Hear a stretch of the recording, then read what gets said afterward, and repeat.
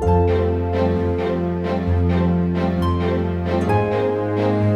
my dears, and welcome back to my corner of the internet. I'm Shannon, and today we're going to be reading some more Pride and Prejudice. I'm able to do this thanks to the website Project Gutenberg that archives all books once they've aged out of copyright. So after that, you're able to do pretty much what you like with them. So we're going to pick up today with chapter 48. That's my dog sneezing. The whole party were in hopes of a letter from Mr. Bennet the next morning, but the post came in without bringing a single line from him. His family knew him to be on all common occasions a most intelligent and dilatory correspondent, but at such a time they had hoped for exertion. They were forced to conclude that he had no pleasing intelligence to send, but even of that they would have been glad to be certain. Mr. Garnier had waited only for the letters before he set off. When he was gone, they were certain at least of receiving constant information of what was going on, and their uncle promised at parting to prevail on Mr. Bennet to return to Longbourn as soon as he could, to the great consolation of his sister, who considered it as the only security for her husband's not being killed in a duel. Mrs. Garnier and the children were to remain at Hertfordshire a few days longer, as the former thought her presence might be serviceable to her nieces. She shared in their attendance on Mrs. Bennet, and was a great comfort to them in their hours of freedom. Their other aunt also visited them frequently, and always, as she said, with the design of cheering and heartening them up, though as she never came without reporting some fresh instance of Wickham's extravagance or irregularity, she seldom went away without leaving them more dispirited than she had found them. All Meryton seemed striving to blacken the man who, but 3 months before, had been almost an angel of light. He was declared to be in debt to every tradesman in the place, and his intrigues, all honored with the title of seduction, had been extended into every tradesman's family. Everybody declared that he was the wickedest young man in the world, and everybody began to find out that they had always distrusted the appearance of his goodness. Elizabeth, though she did not credit above half of what was said, believed enough to make her former assurances of her sister's ruin more certain. And even Jane, who believed still less of it, became almost hopeless, more especially as the time was now come when, if they had gone to Scotland, which she had never before entirely despaired of, they must in all probability have gained some news of them. Mr. Garnier left Longbourn on Sunday. On Tuesday his wife received a letter from him. It told them that on his arrival he had immediately found out his brother and persuaded him to come to Gracechurch Street. That Mr. Bennet had been to Epsom and Clapham before his arrival, but without gaining any satisfactory information, and that how he was now determined to inquire at all the principal hotels in town, as Mr. Bennet thought it possible they might have gone to one of them on their first coming to London. Before they procured lodging, Mr. Garnier himself did not expect any success from this measure, but as his brother was eager in it, he meant to assist him in pursuing it. He added that Mr. Bennet seemed wholly disinclined at present to leave London and promised to write again very soon. There was also a postscript to this effect. I have written to Colonel Forster to desire him to find out, if possible, from some of the young men's intimates in the regiment, whether Wickham has any relations or connections, who would be likely to know in what part of town he has now concealed himself. If there were anyone that could apply to with a probability of gaining such a clue as that, it might be of essential consequence. At present we have nothing to guide us. Colonel Forster will, I dare say, do everything in his power to satisfy us on this head, but on second thoughts, perhaps Lizzie could tell us what relations he has now living, better than any other person. Elizabeth was at no loss to understand from whence this deference to her authority proceeded, but it was not in her power to give any information of so satisfactory a nature as the compliment deserved. She had never heard of his having any relations except a father and mother, both of whom had been dead many years. It was possible, however, that some of his companions in the Shire might be able to give more information, and though she was not very sanguine in expecting it, the application was a something to look forward to.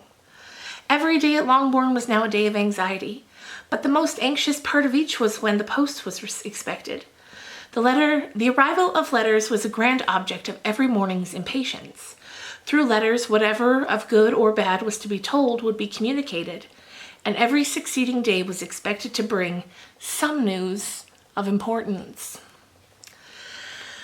But before they heard again from Mr. Gardiner, a letter arrived for their father from a different quarter from Mr. Collins, which, as Jane had received directions to open all that came for him in his absence, she accordingly read, and Elizabeth, who knew what curiosities his letters always were, looked over her and read it likewise.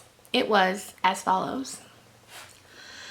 My dear sir, I feel myself called upon by our relationship and my situation in life to condole you with the grievous affliction you are now suffering under, of which you were yesterday informed by a letter from Hertfordshire. Be assured, my dear sir, that Mrs. Collins and myself sincerely sympathize with you and all your respectable family in your present distress, which must be of the bitterest kind, because proceeding from a cause which no time can remove. No arguments shall be wanting on my part that can alleviate so severe a misfortune, or that may comfort you under a circumstance that must be of all others the most afflicting to a parent's mind. The death of your daughter would have been a blessing in comparison of this, and it's the more to be lamented because there is a reason to suppose, as my dear Charlotte informs me, that this behavior in your daughter has proceeded from a faulty degree of indulgence, though at the same time for the consolation of yourself and Mrs. Bennet. I'm inclined to think that her own disposition must be naturally bad, or she cannot be guilty of such an enormity at so early an age.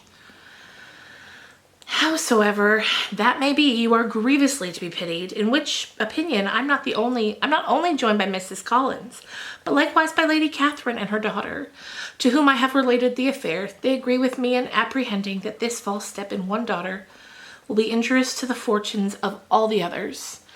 For who, as Lady Catherine herself condescendingly says, will connect themselves with such a family? And this consideration leads me moreover to reflect, with augmented satisfaction, on a certain event of last November. For had it been otherwise, I must have been involved in all your sorrow and disgrace. Let me then advise you, dear sir, to console yourself as much as possible, to throw off your unworthy child from your affection forever, and leave her to reap the fruits of her own heinous offense. I am, dear sir, etc., etc.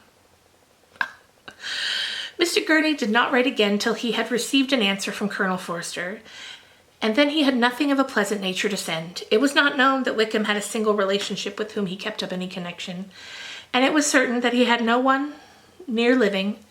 His former acquaintances have been numerous, but since he had been in the militia, it did not appear that he was on terms of particular friendship with any of them.